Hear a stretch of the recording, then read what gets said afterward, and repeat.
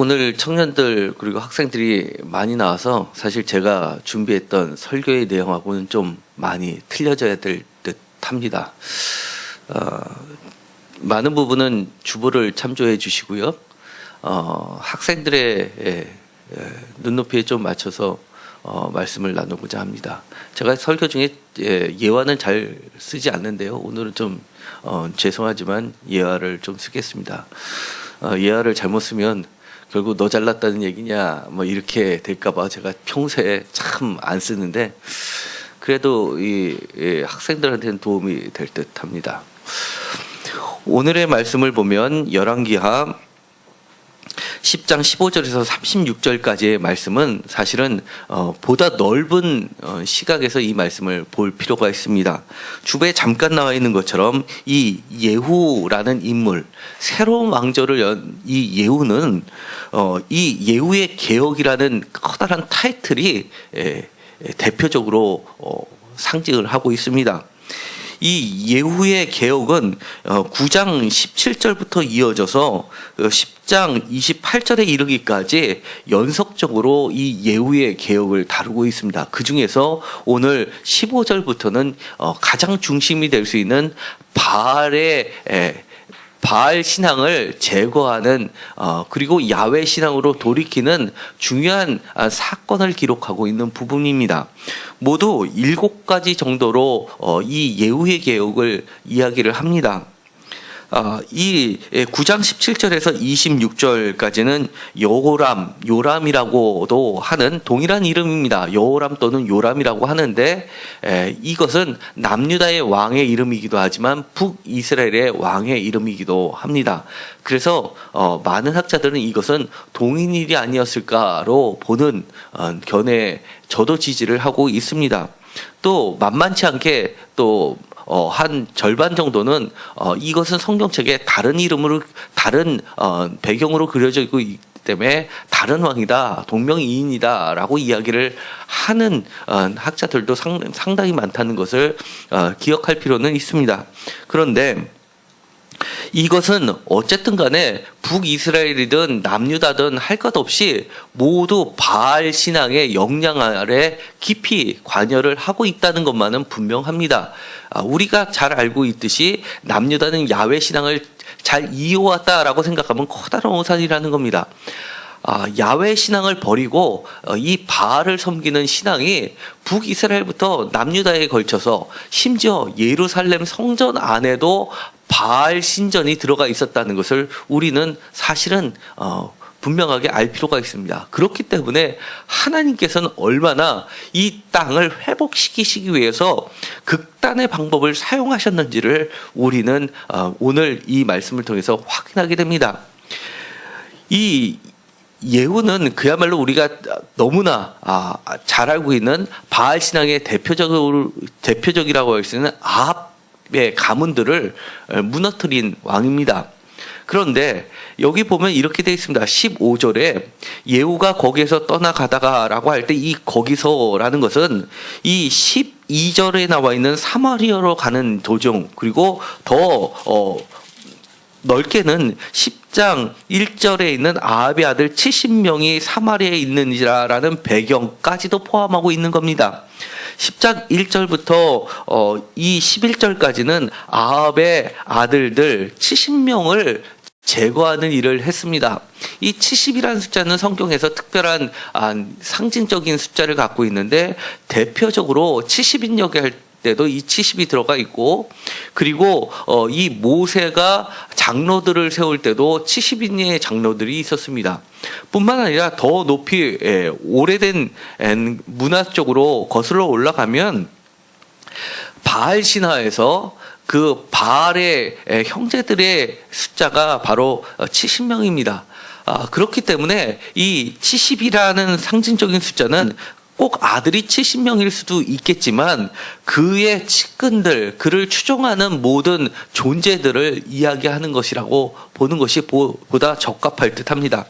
어쨌든 간에 이 예후가 엘리야 또는 엘리사의 부름을 받고, 그리고 이 개혁을 할 때 아합의 가문들의 70명을 죽일 뿐만 아니라 그와 사돈 관계를 맺고 있었던 남유다 왕의 측근들까지도 다 제거를 합니다. 그 이야기가 12절부터 14절까지 나옵니다. 14절에 예후가 일어나서 사마리아로 가더니 도중에 목자가 양털 깎는 집에 이르러 유다의 왕 아하시아의 형제들을 만나니라고 되어 있습니다.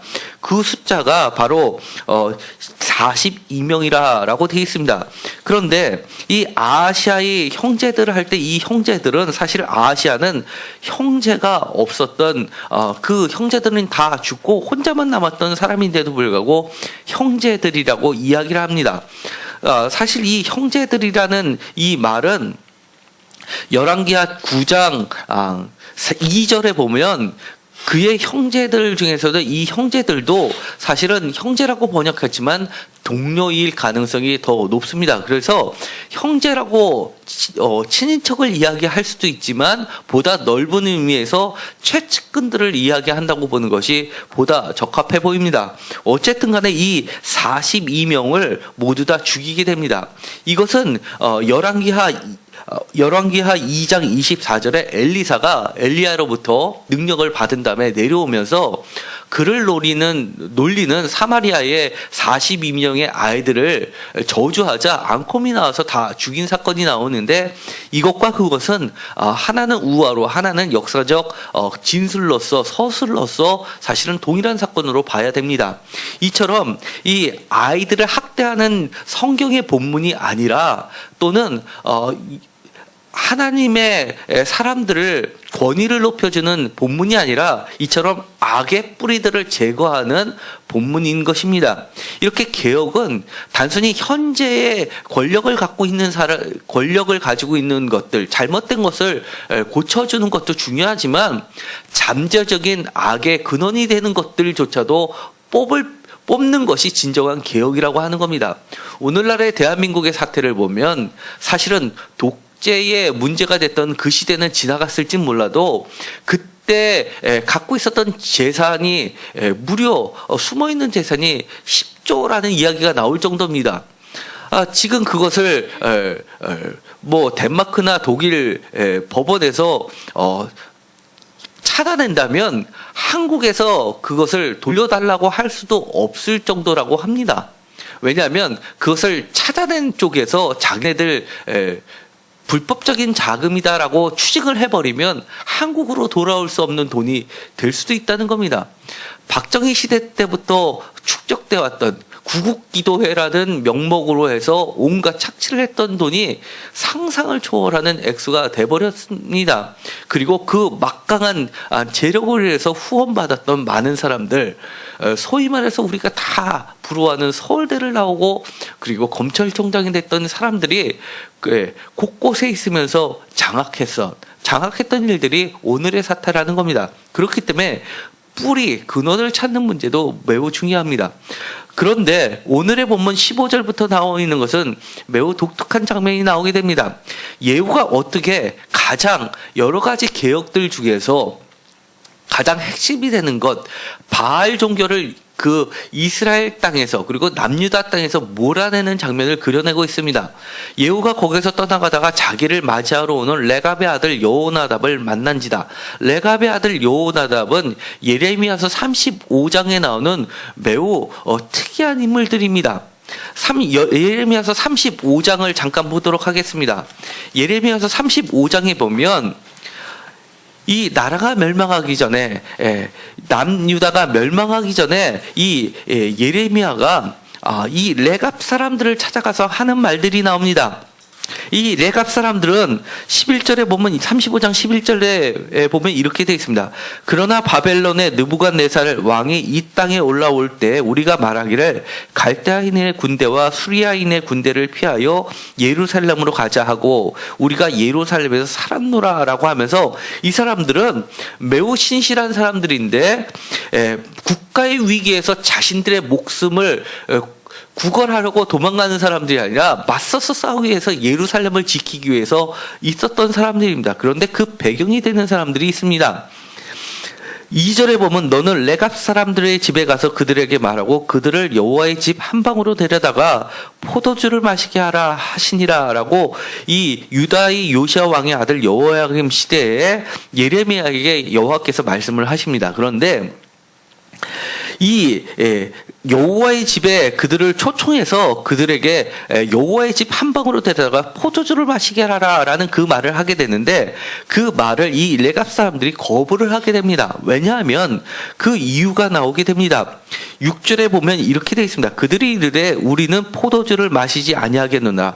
레갑의 아들 우리 선조 요나답이 우리에게 명령하여 이르기를 너희와 너희 자손은 영원히 포도주를 마시지 말며 너희가 집도 짓지 말며 파종도 하지 말며 포도원을 소유하지도 말고 너희는 평생 동안 장막에 살아라. 그리하면 너희가 머물러 사는 땅에서 너희 생명이 길리라 하였으므로 8절 우리가 레갑의 아들 우리 선조 요나답이 우리에게 명령한 모든 말을 순종하여 우리와 우리 아내와 자녀가 평생 동안 포도주를 마시지 아니하며 살 집도 짓지 아니하며 포도원이나 밭이나 종자도 가지지 아니하고 장막에 살면서 우리 선조 요나답이 우리에게 명령한 대로 다 지켜 행하였노라라고 이야기하기 때문입니다.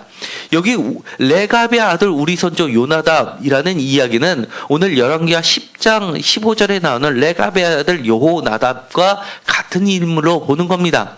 여호나답, 나답이라는 인물은 요나답 하고 마찬가지입니다. 여호는 이 요자로 바꿀 수도 있기 때문입니다.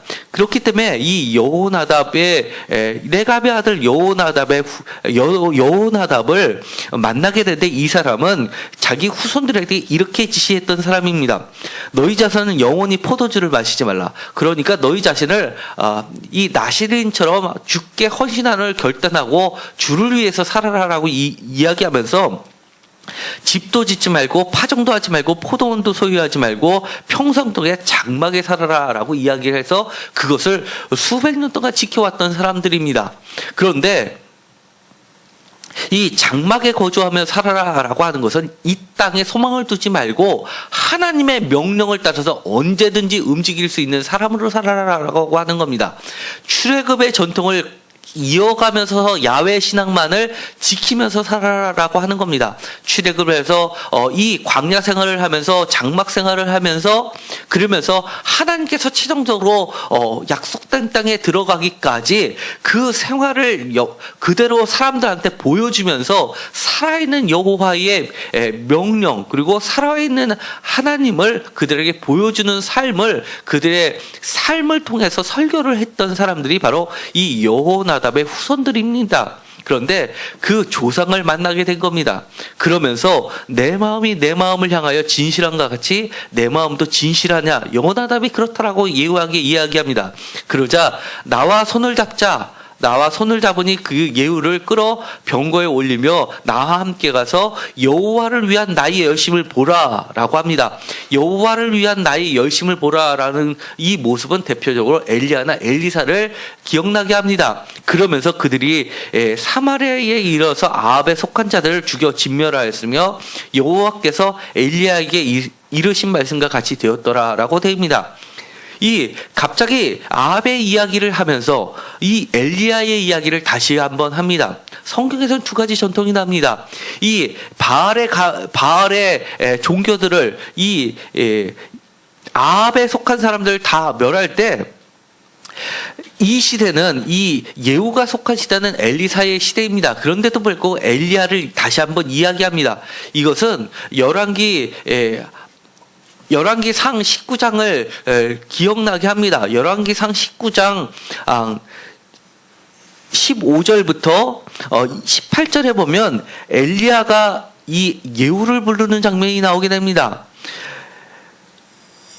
너는 또 님시 아들 예후에게 기름을 부어 이스라엘의 왕이 되게 하고 또 아벨몰라 사밧의 아들 엘리사에게 기름을 부어 너를 대신하여 선지자가 되게 하라 라고 하면서 하사엘의 칼을 피하는 자는 예후가 죽일 것이요 예후의 칼을 피하는 자를 엘리사가 죽이리라라고 하면서 이 엘리사와 예후와 그리고 하사엘을 기름을 부어 임명하는 장면을 우리가 생각나게 합니다.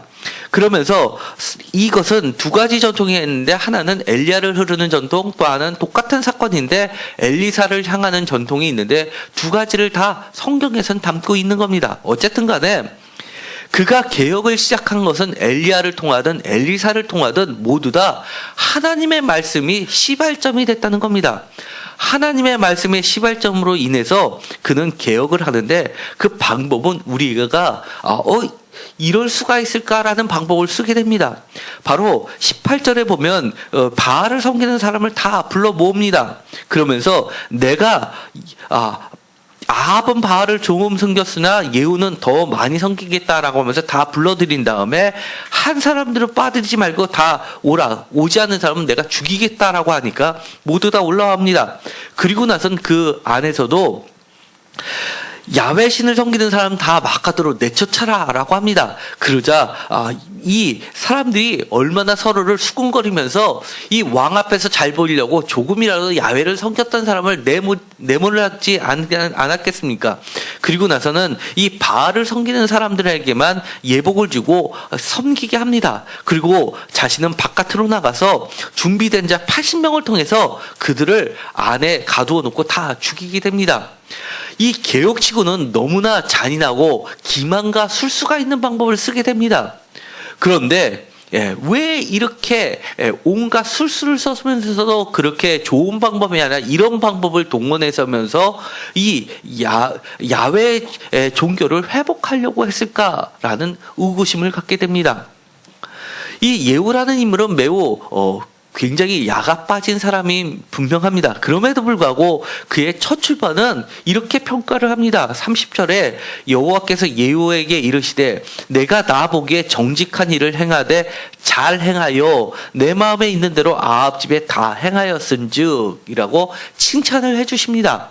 실제로 이 예후 때문에 인해서 이 바알 종교는 더 이상 흥행하지 못하고 어느 정도 뿌리가 뽑힌 것은 사실입니다. 그런데 예후가 하지 못한 것이 있었습니다.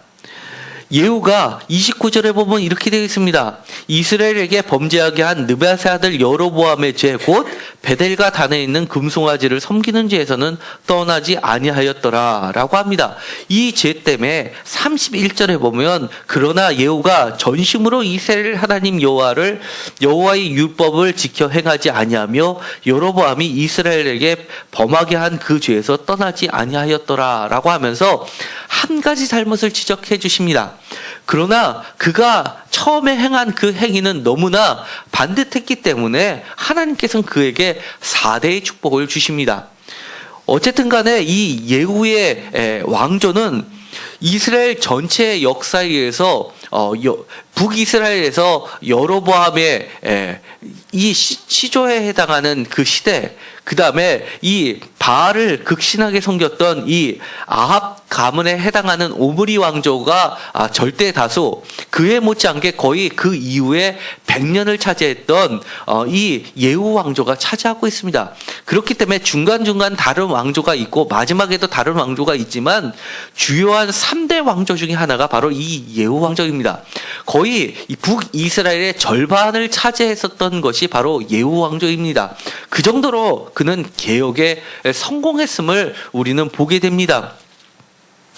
하나님께서는 그에게 분명한 칭찬을 해주십니다. 그러나 그가 그렇게 북이스라엘의 거의 절반을 차지할 정도로 하나님께서 인정해 주셨음에도 불구하고 그가 이것을 미완성의 개혁으로 그칠 수밖에 없었던 것이 한 가지 있었습니다. 바로 그가 전심으로 많은 부분을 잘하였지만 전심으로 하지 못한 부분이 약간 남아 있었기 때문에 그것이 바로 베델과 단에 있는 금송아지를 섬기는 죄에서 떠나지 아니하였기 때문에 그가 오랜 시간을 끝까지 하나님의 보호하심을 받지 못했다는 겁니다. 너무나 안타까운 일이 아닐 수 없습니다. 사실은 우리가 살면서도 하나님을 잘 섬깁니다. 하나님으로부터 칭찬을 받습니다.